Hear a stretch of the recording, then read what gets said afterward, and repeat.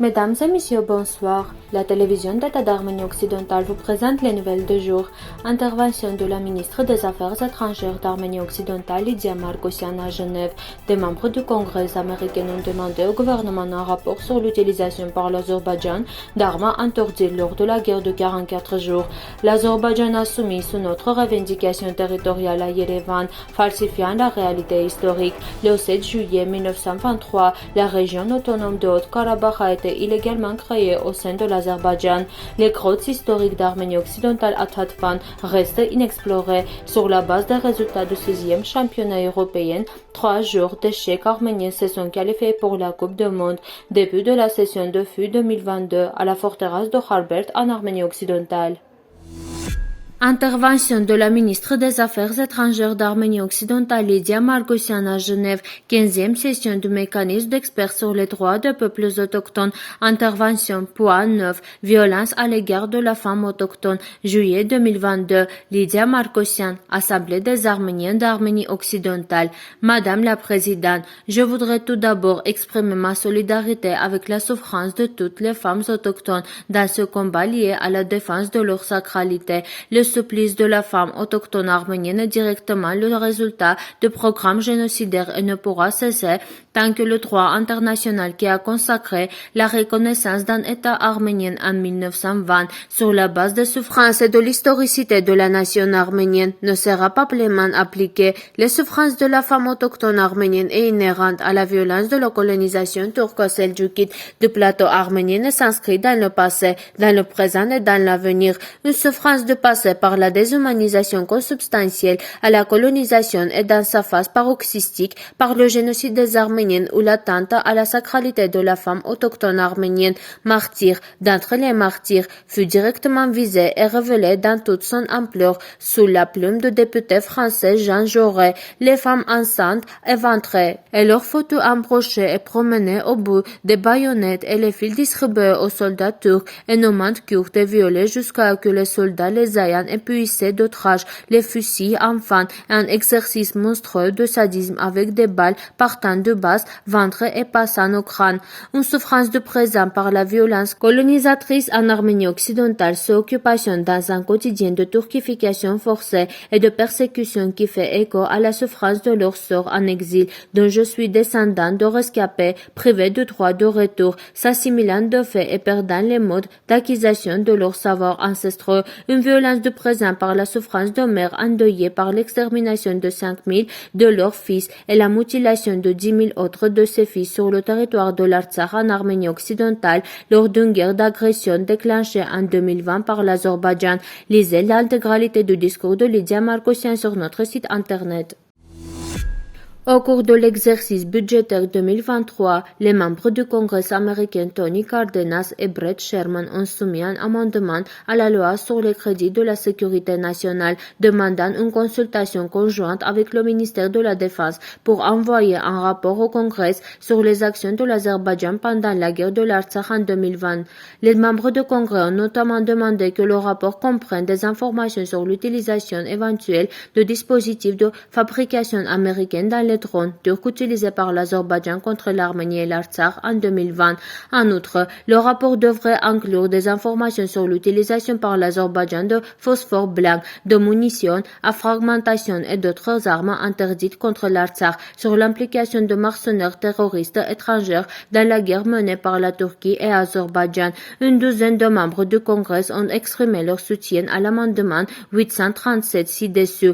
L'Arménie occidentale se félicite de cette initiative des membres du Congrès qui donnera un élan positif à l'exposition et à la condamnation internationale des crimes de guerre commis pendant la guerre de l'Artsakh. L'Arménie occidentale a évoqué à plusieurs reprises les crimes de guerre et est prête à soutenir autant que possible les membres du Congrès dans la résolution de cette question. L'Arménie occidentale se félicite de cette initiative des membres du Congrès qui donnera un élan positif à l'exposition et à la condamnation internationale des crimes de guerre commis pendant la guerre de l'Artsakh. L'Arménie occidentale a évoqué à plusieurs reprises les crimes de guerre et est prête à soutenir autant que possible les membres du Congrès dans la résolution de cette question. Un groupe de personnalités azerbaïdjanaises se présentant comme des experts a lancé un appel à l'UNESCO sur la question de Yerevan et la région de Tebabashi. Il convient de noter que le nom de Tebabashi a été donné sous la domination perse. Il s'agit d'une traduction du mot Kond, car Kond en arménien signifie colline haute ou escarpée. Le cadre politique d'une telle enquête est évident, surtout si l'on considère les ambitions territoriales régulièrement exprimées par le président de l'Azerbaïdjan à l'égard de la capitale de l'Arménie.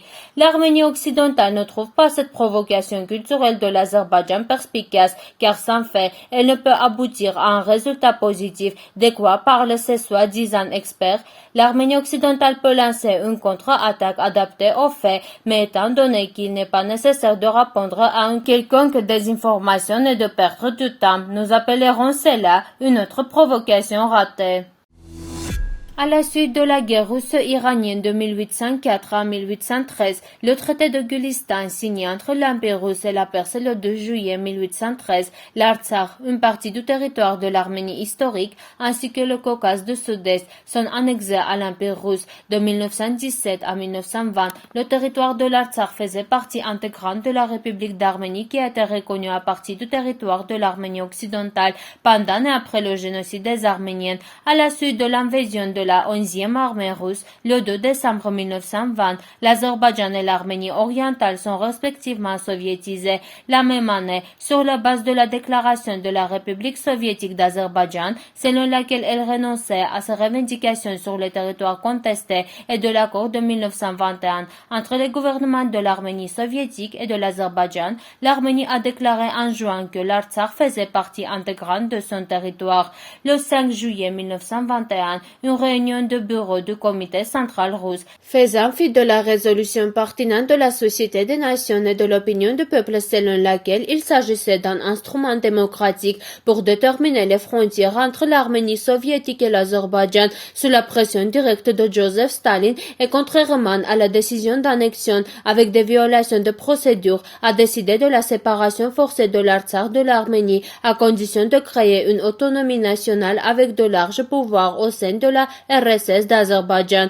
Ainsi, la plupart des territoires contestés ont été transférés à l'Azerbaïdjan soviétique. Le 7 juillet 1923, la région autonome de Haut-Karabakh est créée dans une partie de l'Artsakh et parallèlement, le Kurdistan rouge est créé artificiellement. La création de ce dernier avait pour but de supprimer la liaison terrestre entre l'Arménie soviétique et le Haut-Karabakh. En 1929, le Kurdistan rouge est aboli et la région est directement incorporée à la RSS d'Azerbaïdjan. L'Arménie occidentale considère que l'Artsakh fait partie de l'intégrité de l'Arménie et ne peut en aucun cas être reconnu comme le territoire d'un autre pays. Rappelons qu'une grande partie du territoire de l'Artsakh est actuellement occupée par l'Azerbaïdjan. Les grottes historiques du village de Bololan dans le district de Tatvan de Baresh-Bitlis en Arménie occidentale attendent d'être découvertes par les visiteurs. Déclarée en 2016 comme zone enregistrée, la grotte Insekaya fascine par sa structure historique et sa beauté naturelle. Les grottes historiques sont situées dans l'une des plus belles baies du lac de Van. L'histoire des grottes sur la rive du lac Van, où l'on trouve de nombreuses grottes enregistrées, grandes et petites, remonte à plus de 500 ans.